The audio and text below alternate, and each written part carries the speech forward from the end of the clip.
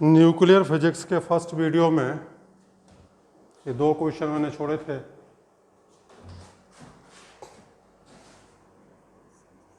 Delta M equals to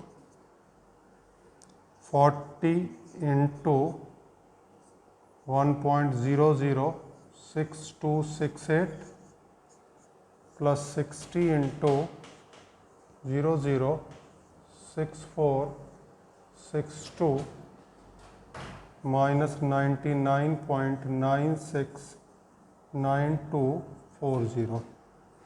इसके बाद delta M को 931.25 से मल्टीप्लाई कर देंगे, बाइंडिंग एनर्जी आ जाएगी न्यूक्लियस की, और 100 से डिवाइड कर देंगे तो बाइंडिंग एनर्जी पर न्यूक्लियन आ जाएगी।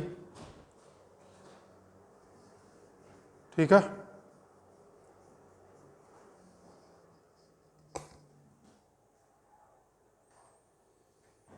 कर लिया होगा आपने। आंसर इसका अप्रॉक्स 6.2 मिलियन इलेक्ट्रॉन वोल्ट पर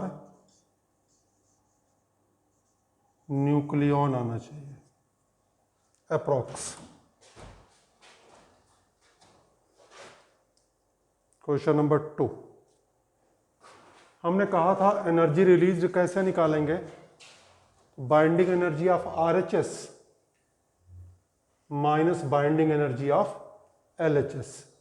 और ये जो एग्जाम्पल हमने लिखा है यहाँ पे, ये एग्जाम्पल कहलाता है न्यूक्लियर फ्यूजन।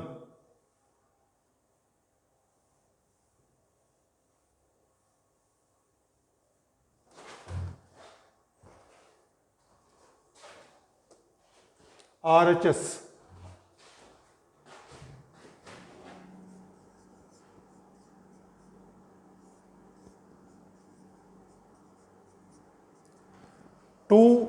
He4, न्यूक्लियन कितने हैं? 4, और बाइंडिंग एनर्जी पर न्यूक्लियन है 7.4।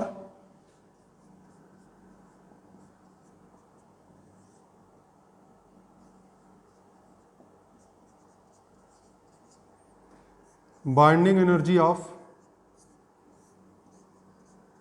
LHS, देखो यहां भी 4 ही न्यूक्लियन है, 2 + 2 4।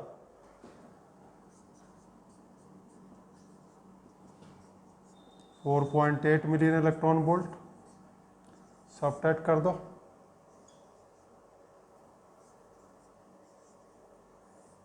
ये आंसर आ गया।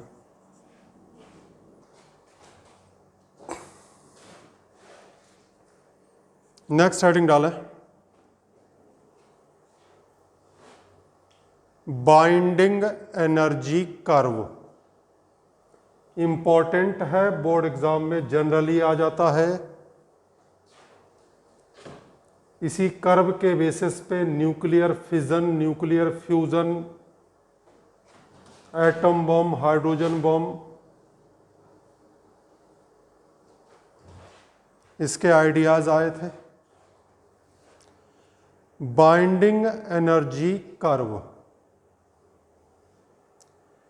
जितने भी एलिमेंट हैं सबका बाइंडिंग एनर्जी पर न्यूक्लियन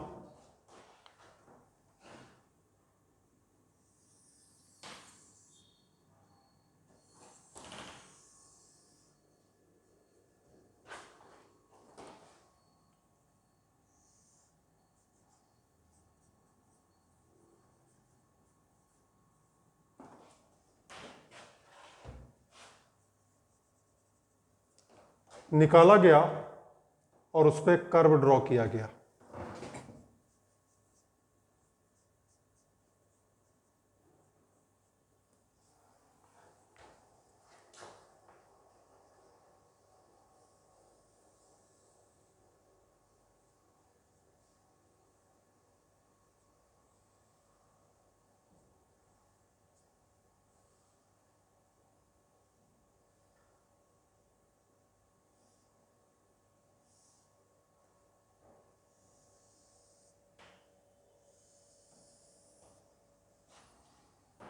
एक कर्व इस तरह का आया, 1H2 1H3, हीलियम, लिथियम नीचे, कार्बन, ऑक्सीजन,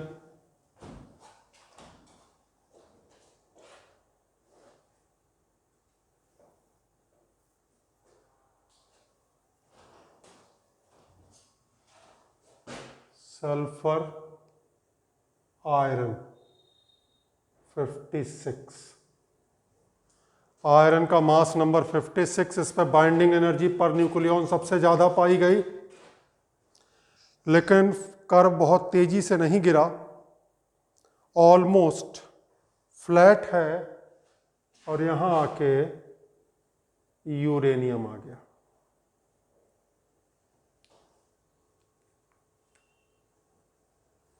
अब इसके क्या रिजल्ट्स हैं, तो इसके कुछ पॉइंट्स हैं, वो भी लिखवाएंगे हम आपको।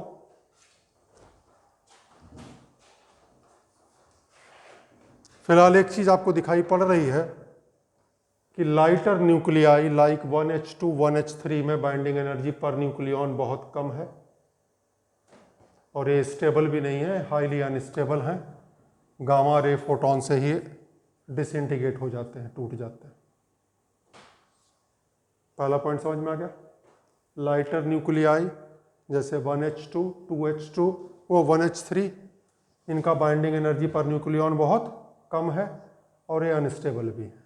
हमने क्या बताया था कि बाइंडिंग एनर्जी पर न्यूक्लियॉन न्यूक्लियस की स्टेबिलिटी को रिप्रेजेंट करता है। उसके बाद आप देखें कुछ पीक्स हैं, हीलियम, कार्बन, ऑक्सीजन, सल्फर। ये पीक से बताते हैं कि ये वाले एलिमेंट अपने आसपास के एलिमेंट से ज्यादा स्टेबल है। बाइंडिंग एनर्जी पर न्यूक्लियॉन मैक्सिमम है आयरन 56 के लिए। कर्व उसके बाद करीब करीब फ्लैट सा जा रहा है, फिर यहाँ डिक्रीज शुरू हुआ, और फिर यूरेनियम पे काफ़ी कम हो गया एज कंपेयर टू आयरन 56। चलो पहले ग्राफ बनाओ, पर कुछ पॉइंट्स लिखवाते हैं।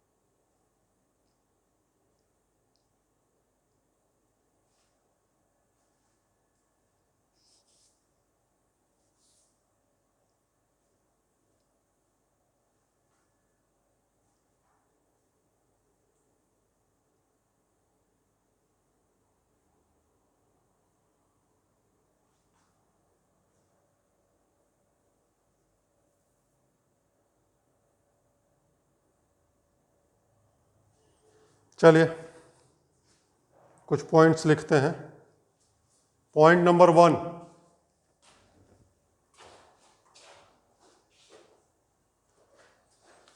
बाइंडिंग एनर्जी पर न्यूक्लियॉन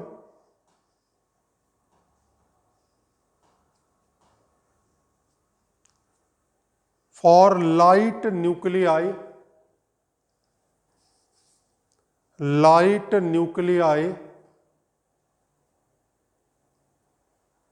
ब्रैकेट में 1H2, 1H3 is small,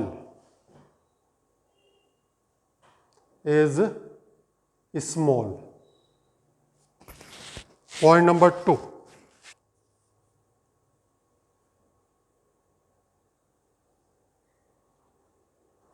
there are certain peaks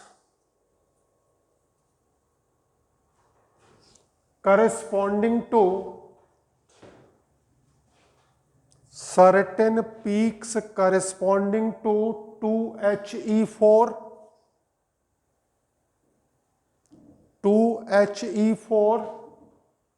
6C12,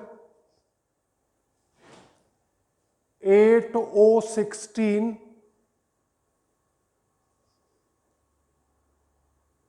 which shows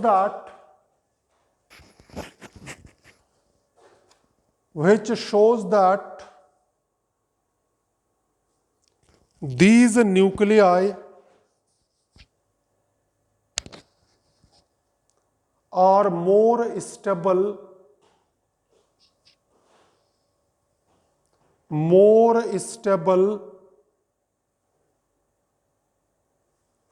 than the nuclei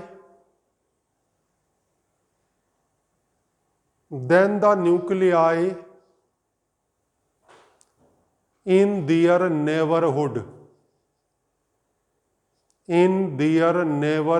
अपने आसपास की न्यूक्लियाई से ज्यादा स्टेबल है।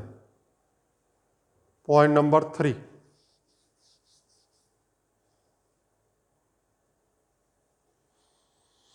द एवरेज बाइंडिंग एनर्जी पर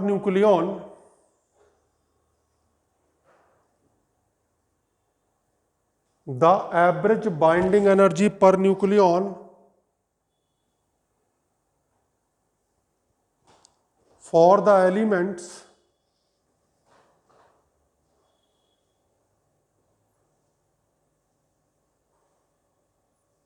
having mass number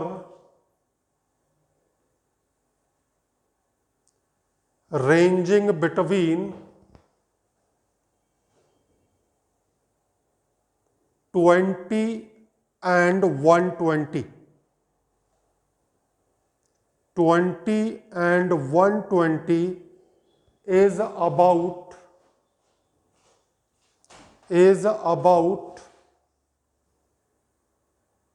8.5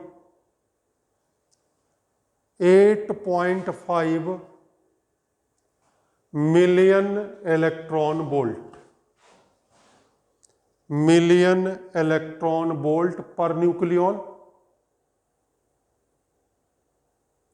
having maximum value for iron 26 atomic number, 56 mass number, maximum value किसके लिए? Iron 26, 56, bracket में वैल्यू लिख लो 8.8 million electron volt per nucleon.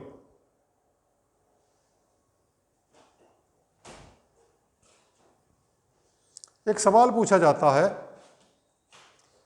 कि जितने भी मेटल्स हैं सब में आयरन सबसे सस्ता है, क्यों? लोहा सबसे सस्ता मेटल है, क्वेश्चन है क्यों? तो आंसर है आयरन सबसे ज्यादा अर्थ पे पाया जाता है। अगला क्वेश्चन क्यों? क्योंकि आयरन सबसे ज्यादा स्टेबल है। क्लियर हो गई बात? सबसे सस्ता मेटल कौन सा? आयरन। सबसे सस्ता क्यों? सबसे ज्यादा पाया जाता है। सबसे ज्यादा क्यों पाया जाता है? क्योंकि सबसे ज्यादा स्टेबल है। Next point,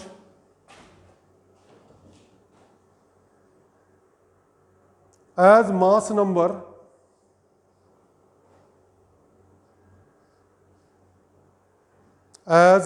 number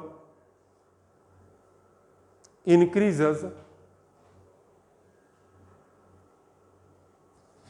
binding energy per nucleon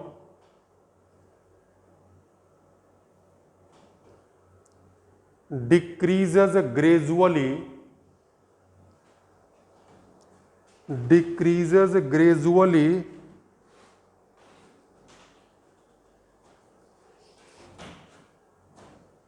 and it becomes about 7.6 million electron volt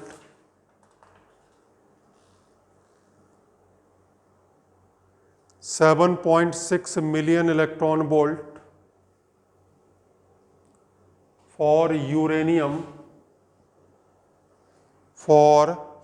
uranium 92 to 38.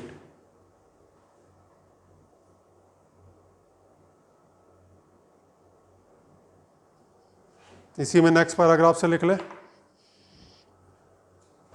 Binding energy पर न्यूक्लियॉन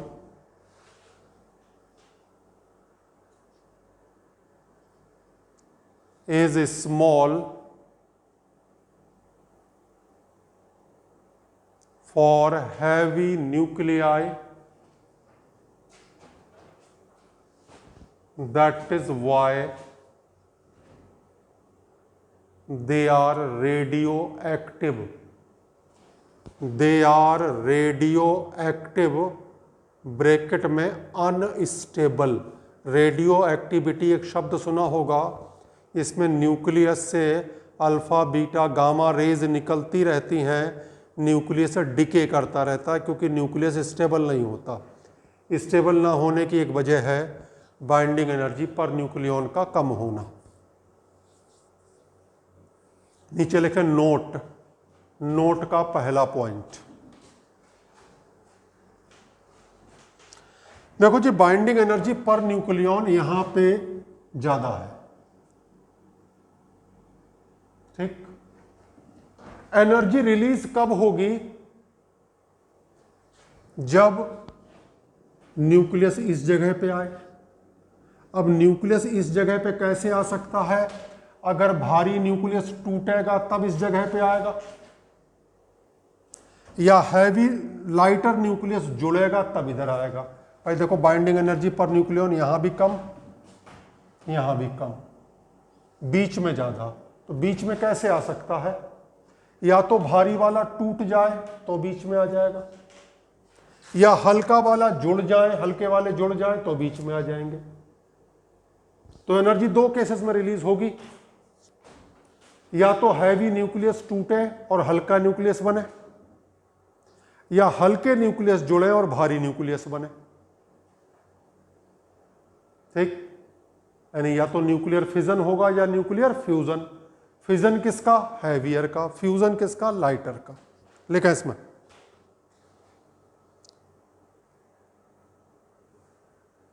व्हेन, नोट का point number 1, when we move from the heavy nuclei region,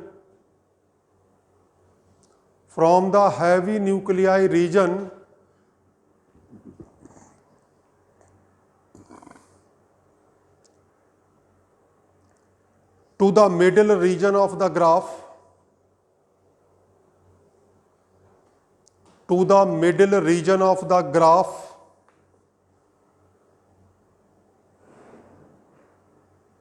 we find that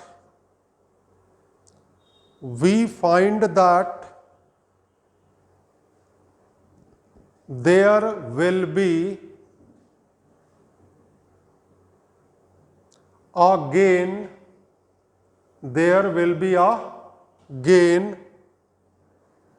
in the overall binding energy,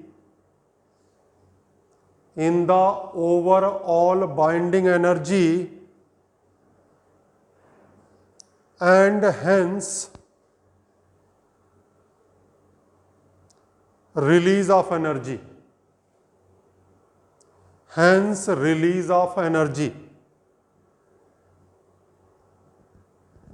This indicates that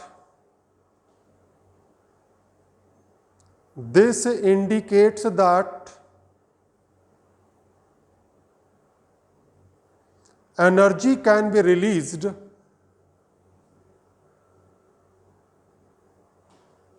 when a heavy nucleus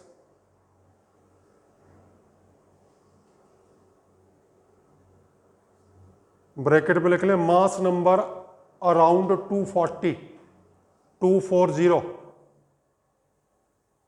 breaks into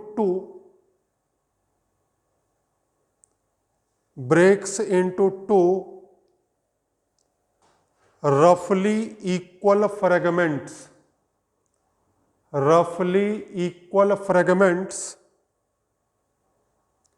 This process is called nuclear fission. This process is called nuclear fission. जो statement आपने लिखा है इसे एक बार पढ़ें, फिर से इसे एक बार पढ़ लें, फिर नोट का पॉइंट नंबर 2 लिखवाते हैं।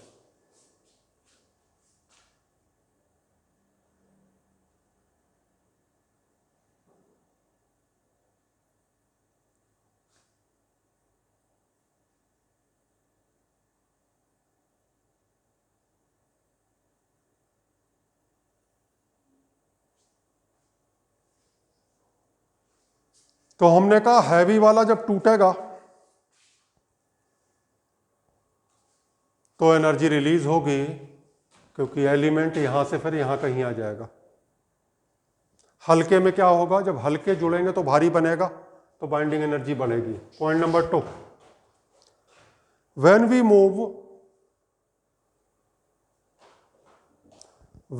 Move from lighter nuclei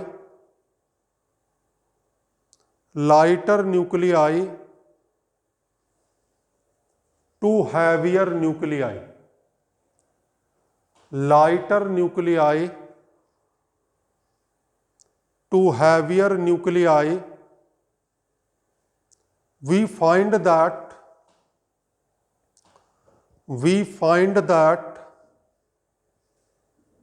there will be a gain in overall binding energy,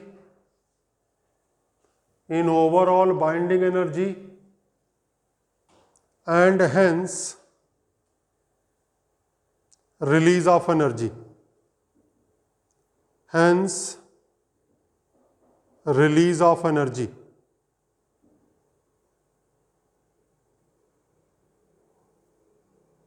This indicates that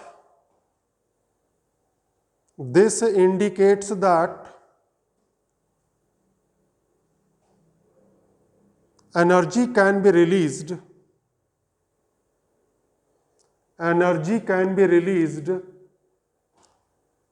when two or more lighter nuclei fuse together to form a heavy nucleus.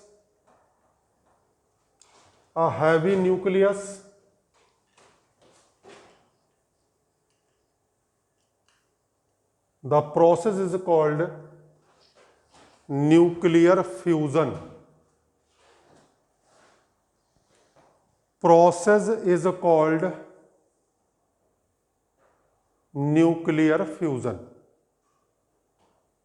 Clear हो गई बात? एक अभी हमने जो numerical करवाया था starting में 1H2 + 1H2 = 2He4, वो एग्जाम्पल न्यूक्लियर फ्यूजन का ही तो था। एक छोटा सा टर्म और है, packing fraction. Packing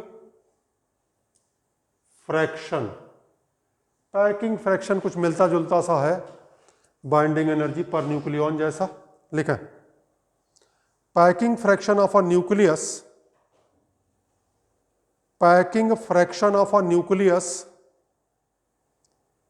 is defined as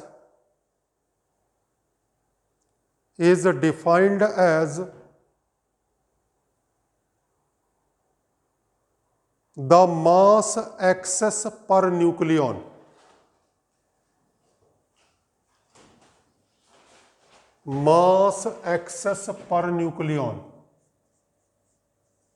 यानी mass excess divided by number of nucleons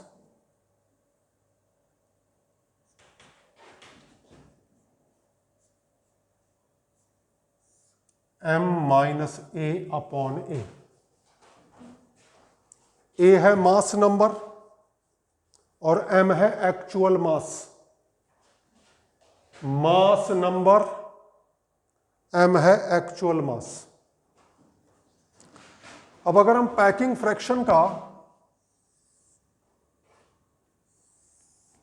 graph plot करें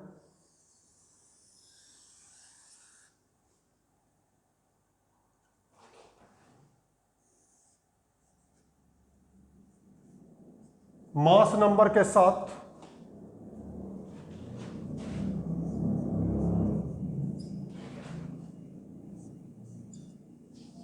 तो ऐसा ग्राफ आता है।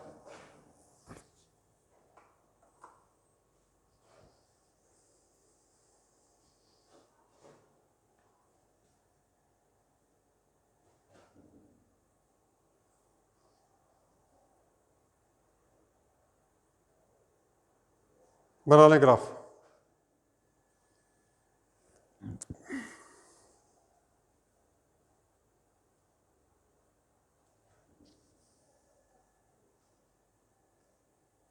देखें पहला point, for mass number 16,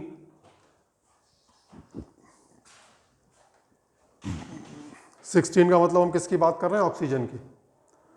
for mass number 16 packing fraction is 0।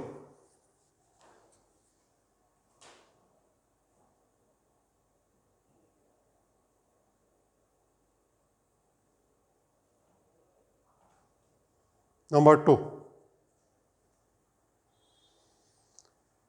for very lighter nuclei, very lighter nuclei जिनकी बात अभी कर रहे थे 1H2 1H3, packing fraction is high, packing fraction is high, therefore they are unstable।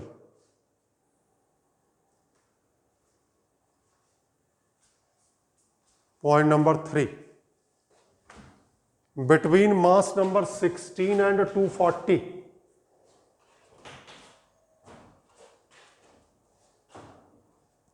packing fraction is negative,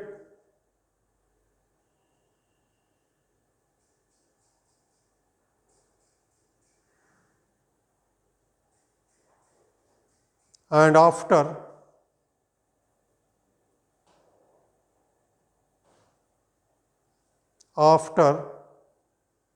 mass number 240 it again becomes positive,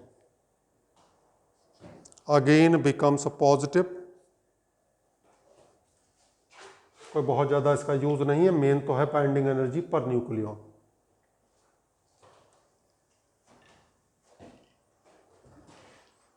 next heading डालें nuclear forces. Nuclear forces,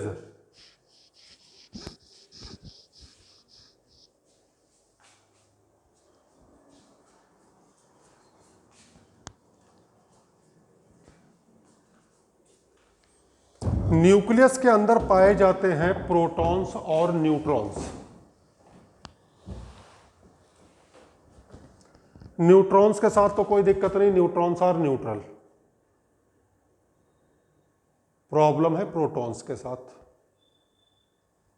protons पे charge positive है और दो positive charges के बीच में repulsion होता है, और वो पॉजिटिव चार्ज भी रह रहे हैं बहुत छोटे से स्पेस में। न्यूक्लियस का साइज तो बहुत ही छोटा है,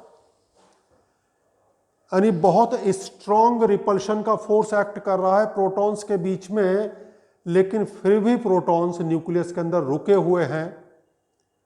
इसका मतलब कोई ना कोई फोर्स है जिन्होंने प्रोटॉन्स को रोक रखा है न्यूक्लियस के अंदर।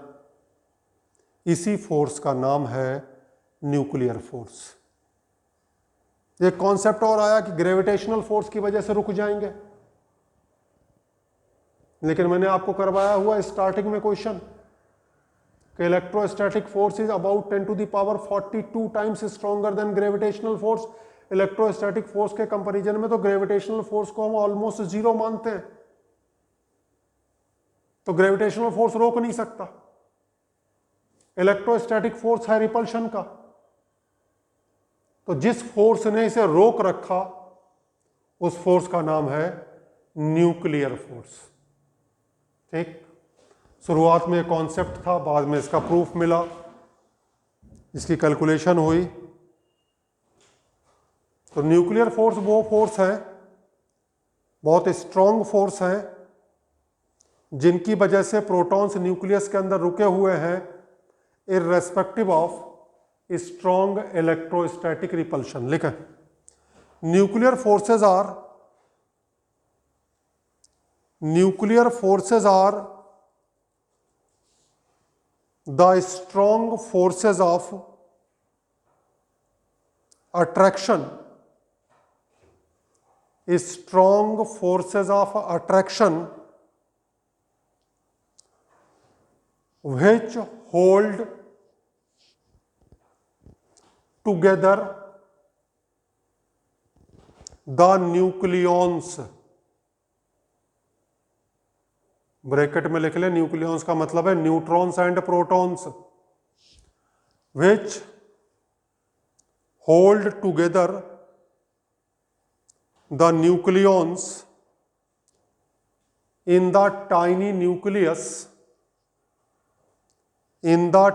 nucleus of an atom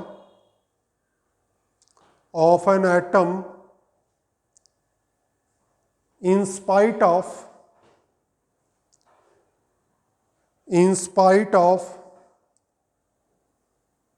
strong electrostatic forces of repulsion, strong electrostatic forces of repulsion between protons,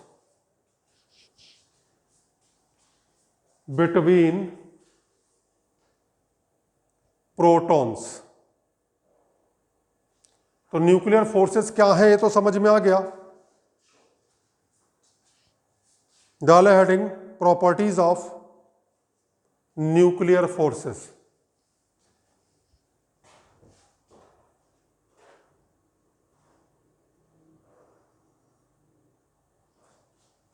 properties of nuclear forces, क्या लिखा? Properties of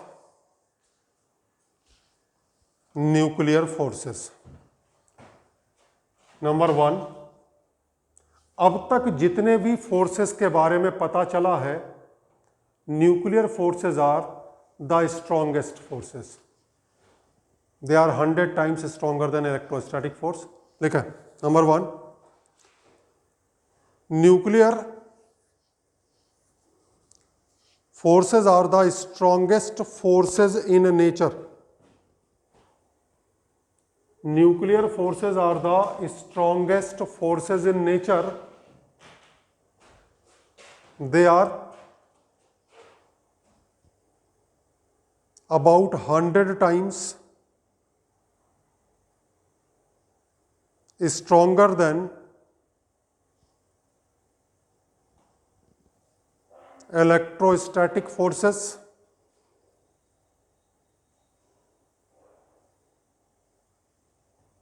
and 10 to the power 38 times stronger than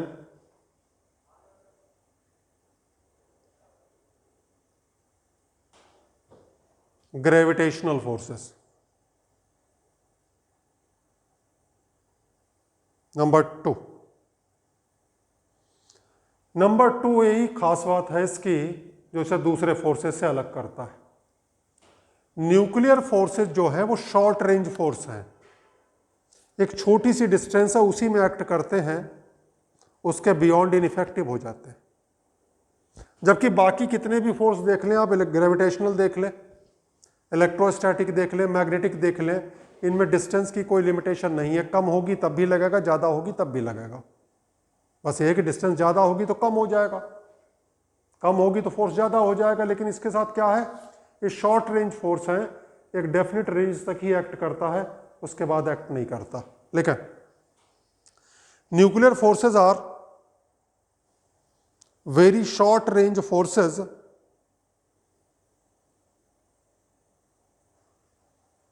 very short range forces operative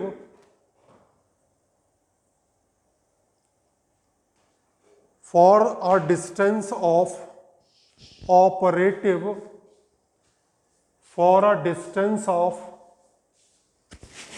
few Fermi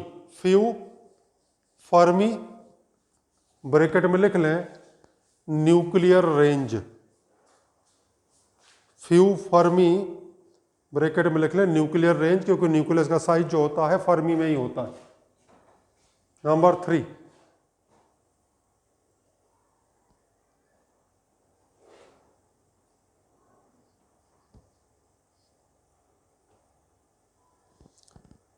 nuclear forces are charge independent,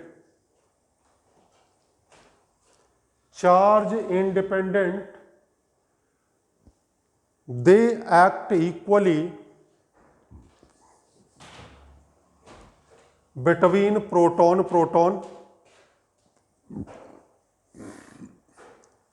comma neutron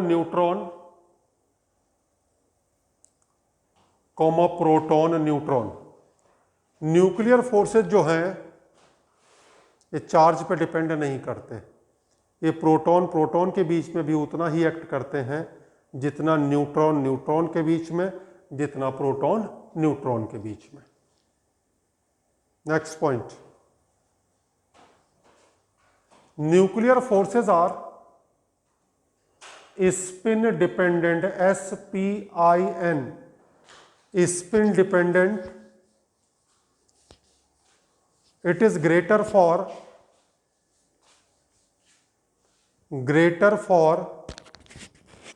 like spin। जैसे electron spin करता है ऐसे ही nucleus के अंदर nucleons भी spin करते हैं।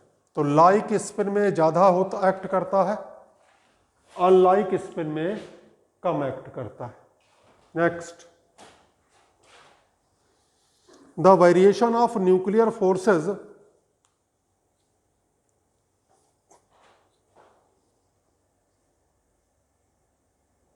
with distance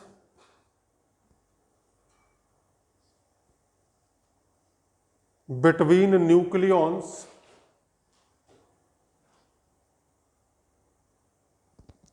is not known exactly।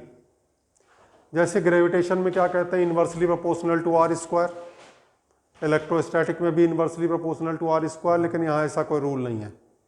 अभी तक बिल्कुल सही पता नहीं हो पाया कि डिस्टेंस के साथ कैसे वेरी करता है। हाँ, इतना पता है शॉर्ट डिस्टेंस में ही एक्ट करता है, उसके बियॉन्ड इनइफेक्टिव हो जाता है। 10 फर्मी के बाद तो बिल्कुल भी एक्ट नहीं करता। लिख लो इसी के आगे, इसी में लिख लो आगे, this force becomes almost ineffective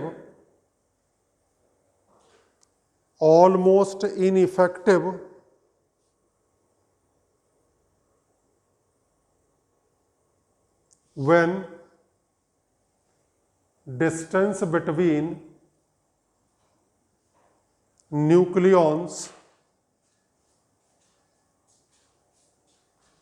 becomes greater than 10 Fermi, becomes greater than 10 Fermi। और इसी में आगे लिख लो, it does not obey inverse square law, it does not obey inverse square law. Inverse square law समझ गए ना, inversely proportional to r square, GM1 M2 upon r square 1/4πε0 Q1 Q2 upon r square. ऐसा इसमें कोई law नहीं लगता। Next point, वैसे तो ये स्ट्रॉन्ग अट्रैक्शन के फोर्स है, लेकिन इसका नेचर हो जाता है रिपल्सिव अगर न्यूक्लियॉन्स के बीच की डिस्टेंस 0.8 फर्मी से कम हो जाए तो। और ऐसा करके ये न्यूक्लियस को कोलैप्स होने से बचाते हैं, क्योंकि अगर सिर्फ स्ट्रॉन्ग इस अट्रैक्शन का फोर्स होगा तो न्यूक्लियॉन्स आपस में जुड़ जाएंगे, तो दूर भी नहीं जाने देता और आपस में जुड़ने भी नहीं देता। देखो next point, nuclear forces are basically the strong forces of attraction, basically the strong forces of attraction, but its nature becomes strong repulsive, nature becomes strong repulsive when separation between the nucleons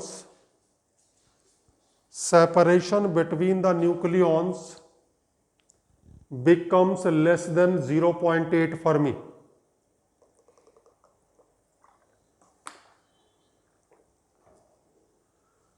Becomes less than 0.8 Fermi.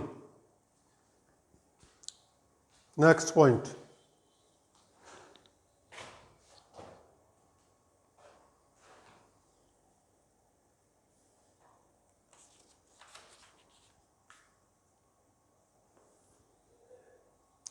nuclear forces are non-central forces. Nuclear forces are non-central forces.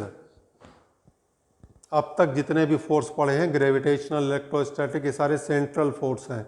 Central force का मतलब जो centre to centre act करते हैं, ये central force नहीं है। Next, nuclear forces are saturation forces,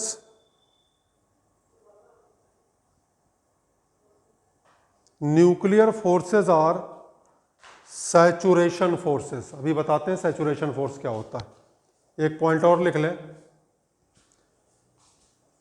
nuclear forces develop due to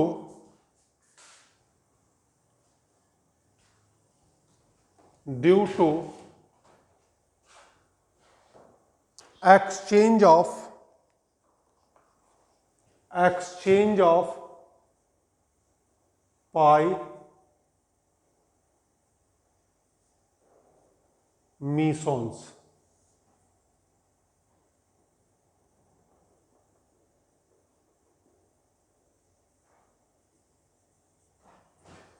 pi meson, MESON।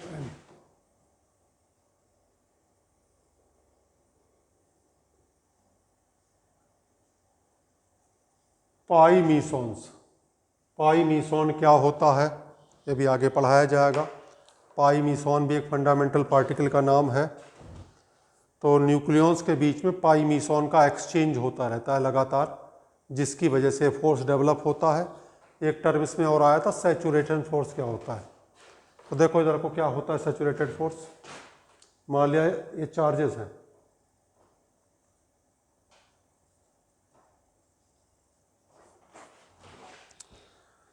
अब अगर हम पूछें इस पे कौन सा चार्ज फोर्स लगा रहा है, तो हम कहेंगे इस पे बाकी चारों चार्ज फोर्स लगा रहे हैं। लेकिन इसमें ऐसा नहीं होता, सिर्फ वही न्यूक्लियॉन फोर्स लगाता है जो क्लोजेस्ट होता है। इस पे सिर्फ ये वाला फोर्स लगाएगा, ए वाला और ए वाला फोर्स नहीं लगाएगा। ऐसे फोर्सेस को बोलते हैं सैचुरेटेड फोर्स। तो इलेक्ट्रोस्टैटिक हो, ग्रेविटेशनल हो, इनमें क्या होता है कि जितने भी मेंबर हैं सारे फोर्स लगाएंगे। लेकिन न्यूक्लियर फोर्सेस में क्या होता है, सिर्फ वही न्यूक्लियॉन फोर्स एग्जर्ट करेगा जो उसके क्लोजेस्ट होगा। ठीक है, जो उसके क्लोजेस्ट होगा। तो न्यूक्लियर फोर्स पढ़ा दिया आपको, बाइंडिंग एनर्जी पर न्यूक्लियॉन हो गया, बाइंडिंग एनर्जी हो गई, पैकिंग फ्रैक्शन हो गया, सबसे इंपॉर्टेंट हमारा बाइंडिंग एनर्जी ग्राफ हो गया। इसके आगे का कंटिन्यू नेक्स्ट लेक्चर में।